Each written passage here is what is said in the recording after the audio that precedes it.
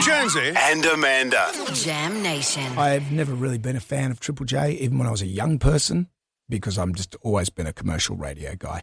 I appreciate Triple J for breaking acts like Hoodoo Gurus, Midnight Oil, all these guys, but I'm just saying with this hottest 100 of Australian songs. They united the country. Well, they did, and I liked it. I'm happy by and large with the list. It was what's interesting is that I was looking at it unfolding on X Twitter, and people were saying, how great is this? There's no stupid ads for crypto. There's no vitriol. It has united the nation for one day. And people were having parties. Everyone just loved it. Reminded everyone about how much we love our Australian music. It was absolutely brilliant. And by and large, the list, there's a couple of controversial ones in there, but let's look at the success of this, the in excess of this. Yeah. It was coming in at number one. And let me just explain the voting system here. There were Because I put my top 10 list in. There were 2.6 million votes, and the majority of those votes were by Gen Z, 18 to 25-year-olds. So they're the majority of the votes, and yet let's look at some of the Gen X nature of the songs that came out. Number one, this one. In excess. Everyone cheered. And everyone was thrilled. I saw Kirk Pengelly on Thursday night at Mormon, and as soon as I see him, we locked eyes and we both just went, saxophone. Yeah. It's his moment to shine. Have you seen the film clip to that? Yeah. And it was really ahead of its time as far as they filmed the film clip in Prague. Usually an Australian band would film in the 80s in front of neon, in front of a... The Russell Mulcahy days, he made all those film clips. So they went over to Prague, and it's such a great film clip. And that's where the band went stratospheric. Not because of that film clip, but because of it was a around great that album. time. There's all little formulas there. Well, number two was Hilltop Hood's Nosebleed section. I love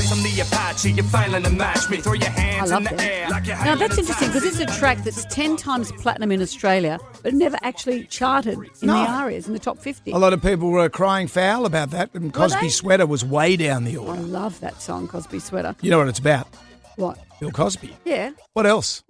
Well, Missy Higgins, she was there. She was number 4, I think. These great Australian songs. Number 5, Crowded House. Yeah. Oh, you're not a fan of that? Oh, you know, I love it when I first heard it, when it came out in 1986. Yeah. I love the Crowdies. I'm not against them. How could you not love them? But these Australian bangers, song after song after song.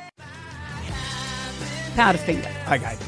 That I love. That's number 6. What about Chisel? Yep.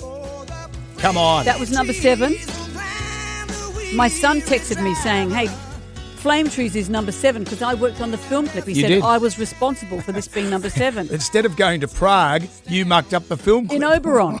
And filmed the wrong trees. Cold Chisel were also number 8. Yeah. This Amazing Song by Paul Kelly was number 9. Yeah. Great. And the reason we're highlighting those songs were all in the top 10 is, as I said, 18 to 25-year-olds cast the most votes. And yet these songs were the Gen X songs. And I saw someone saying, as a Gen X parent, you've had a bigger influence on your kids than you think. So play the songs of your youth loud.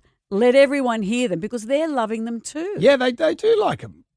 My daughter went and queued up to see Daryl Braithwaite. And I said, I actually know Daryl Braithwaite. And he went.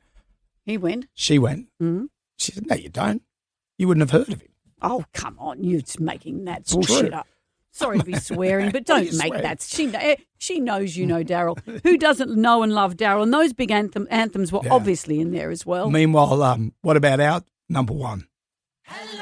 Are we playing this now? No. Oh, right. It's okay. Roxette were more Swedish than Australian. We put Roxette on the map.